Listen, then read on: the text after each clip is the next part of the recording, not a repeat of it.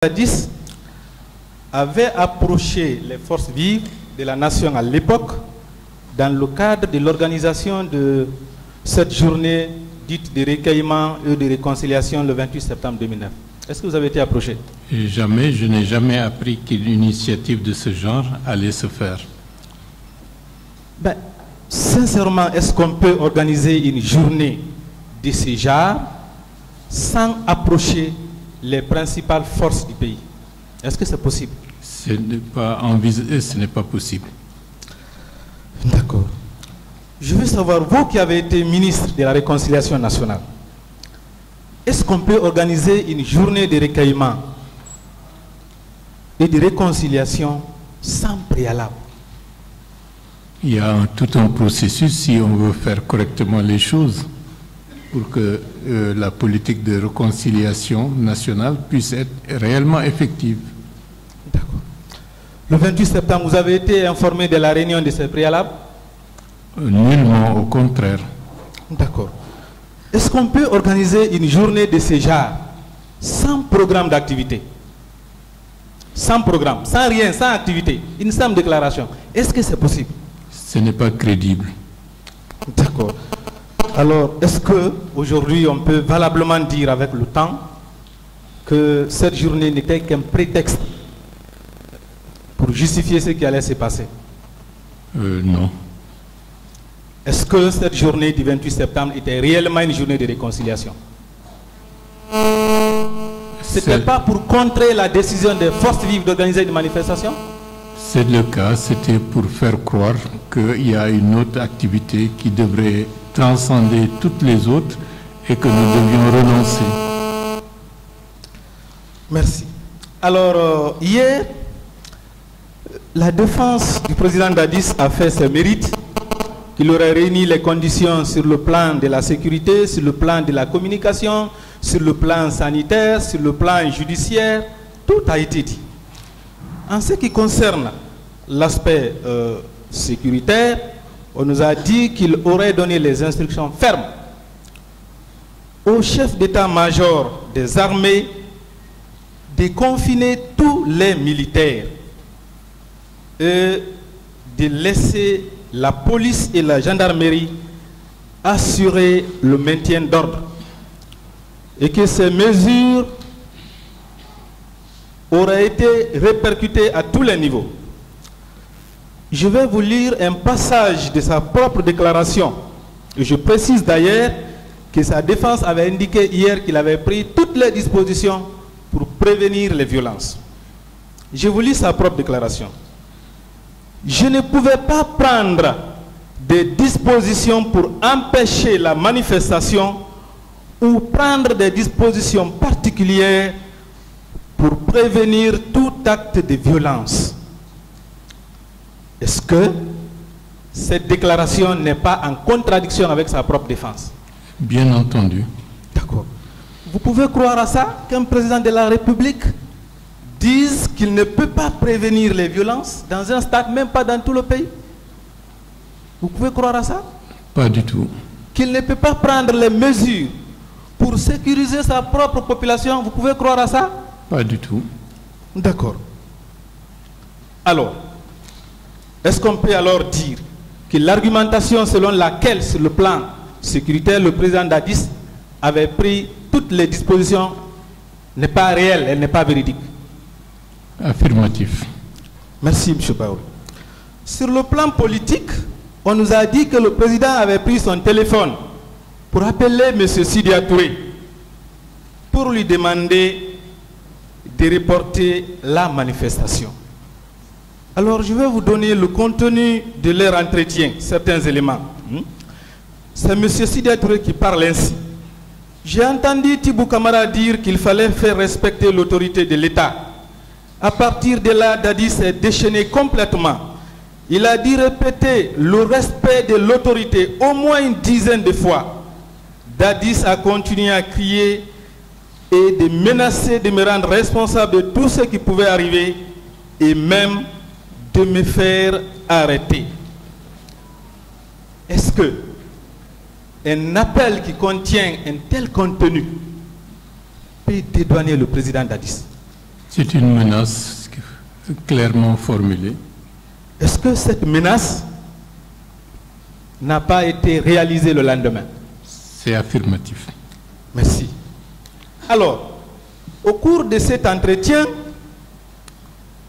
l'un de ses proches, à savoir le colonel Moussa Tiegro Camara, était présent. Il a été entendu à l'enquête préliminaire. Parlant du contenu de cet entretien, il a déclaré ceci. J'ai entendu dire le président Dadis que les gens doivent respecter les lois de la République. Ce n'est pas une confirmation de cette menace? Affirmatif. L'organisation de ce meeting violait quelle loi de la République? Aucune. Aucune loi. Merci.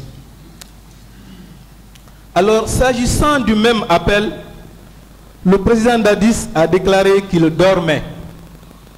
Il dit qu'il dormait et que c'est Feu Makambo qui est entré le réveiller. Il n'a même pas fini de communiquer avec le président Sidia.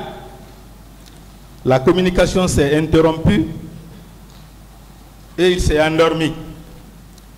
Mais le colonel Moussa Tiegro lui-même, il fait la déclaration de cet entretien où il dit clairement qu'il était présent et qu'il y avait aussi une autre personne décrite ailleurs comme étant M. Tibou Camara. Je vous lis ce passage. Quand le capitaine Dadis appelait Sidia Touré au téléphone pour lui dire en ces termes: grand frère, je vous ai demandé de surseoir à votre marche de demain pour raison d'intérêt national et je vous ai même envoyé des religieux. Dans leur conversation, parce qu'on n'entendait pas ce que disait Sidia, j'ai entendu dire le président Dadis que les gens doivent respecter les lois de la République. Et pendant ce temps, il était dans sa chambre à coucher et en culotte. Dites-moi, à 1h et 2h du matin, si réellement le président Dadis dormait, est-ce que le colonel Moussa Tiegro Camara allait se trouver dans sa chambre? S'il dormait, il allait se trouver dans sa chambre? Non, pas du tout. Qu'est-ce que M. Tibou Camara viendrait faire dans la chambre d'un président de la République à 1h et 2h du matin qui dort? Qu'est-ce qu'il viendrait faire? Est-ce que c'est son garde-corps? Non. M. Tibou Camara, c'est un militaire? À ma connaissance, non. C'était l'aide de camp du président Dadis? Non.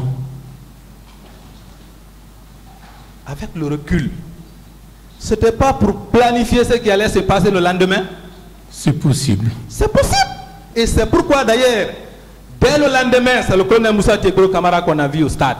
Dès le lendemain, très tôt. Si le colonel Moussa Tiegro, le même lendemain au stade, prend soin de le dire, de le marteler, de le répéter aux manifestants, si vous rentrez au stade, tout ce que vous aurez obtenu, vous l'aurez cherché. Est-ce que ce n'est pas en connaissance des causes? C'est possible. Parce qu'il était avec le président tard la nuit. Merci, M. Baou. Je continue. Sur le plan sanitaire, on nous a aussi dit que le président Dadis a réuni toutes les conditions. Vous avez été informé du pillage de la pharmacie de l'hôpital d'Onka? Oui. Est-ce que si les dispositions avaient été prises sur ce plan-là, on aurait assisté à ce pillage? Pas du tout. Vous n'avez pas été informé de l'entrée des militaires, les bérets rouges, dans les hôpitaux à la recherche des malades? Affirmatif. Vous n'avez pas appris que les bérets rouges sont allés chasser les gens dans les morgues, notamment à Donka? Affirmatif. Quand même. Est-ce qu'on peut dire que les dispositions sanitaires avaient été prises? Non. Et que dire des actes posés par son ministre de la Santé? Vous avez appris les récits, vous avez écouté? Quelques-uns, oui. Merci, M. Paul.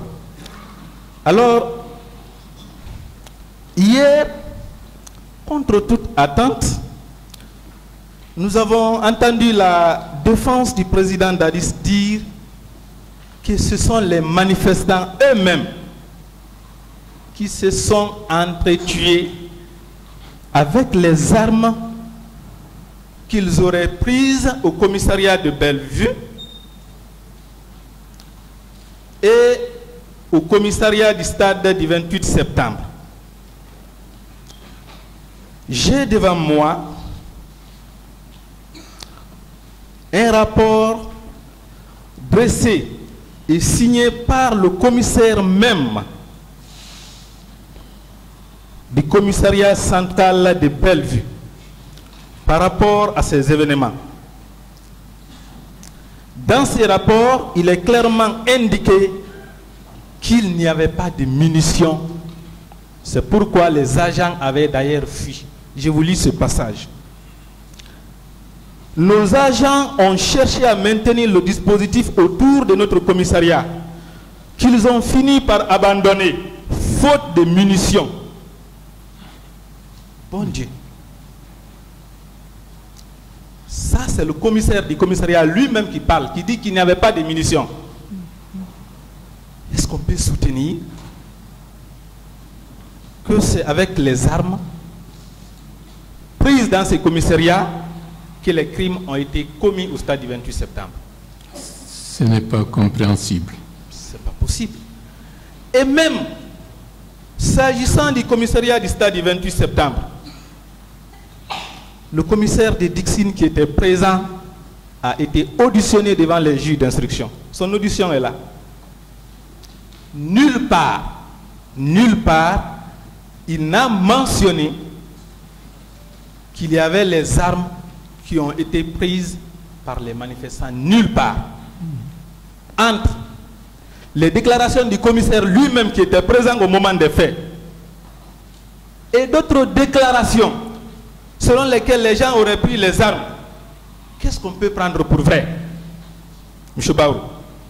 L'autorité du commissaire est suffisamment édifiant et c'est la personne la mieux indiquée pour dire ce qui s'est réellement passé. Merci. Merci, M. le Président. L'audience est suspendue.